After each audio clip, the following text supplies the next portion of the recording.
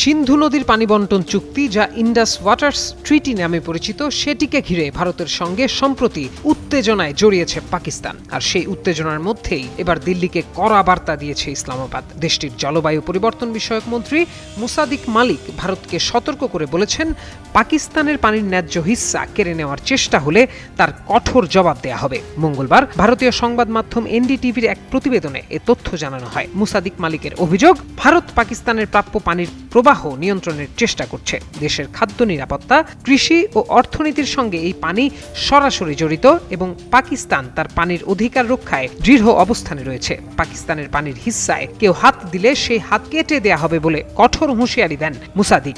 এদিকে পাকিস্তানের তথ্যমন্ত্রী আত্তাউল্লাহ তারার বলেন, ইন্ডাস ওয়াটার্স ট্রিটি এখনও আইনগতভাবে কার্যকর রয়েছে এবং এটি একতরফাভাবে স্থগিত, বাতিল বা সংশোধন করা সম্ভব নয়। তার দাবি, আন্তর্জাতিক অঙ্গনেও পাকিস্তানের এই অবস্থান সমর্থন পাচ্ছে। 2025 সালে কাশ্মীরের পহেলগামে সন্ত্রাসী হামলার পর সিন্ধু পানি চুক্তির কার্যকারিতা স্থগিত রাখার সিদ্ধান্ত নেওয়া হয়। ওই হামলায় 25 জন ভারতীয় পর্যটক ও একজন স্থানীয় বাসিন্দা নিহত হন। এরপর থেকেই দুই দেশের মধ্যে পানি বণ্টন ইস্যুতে উত্তেজনা বেড়েই চলেছে।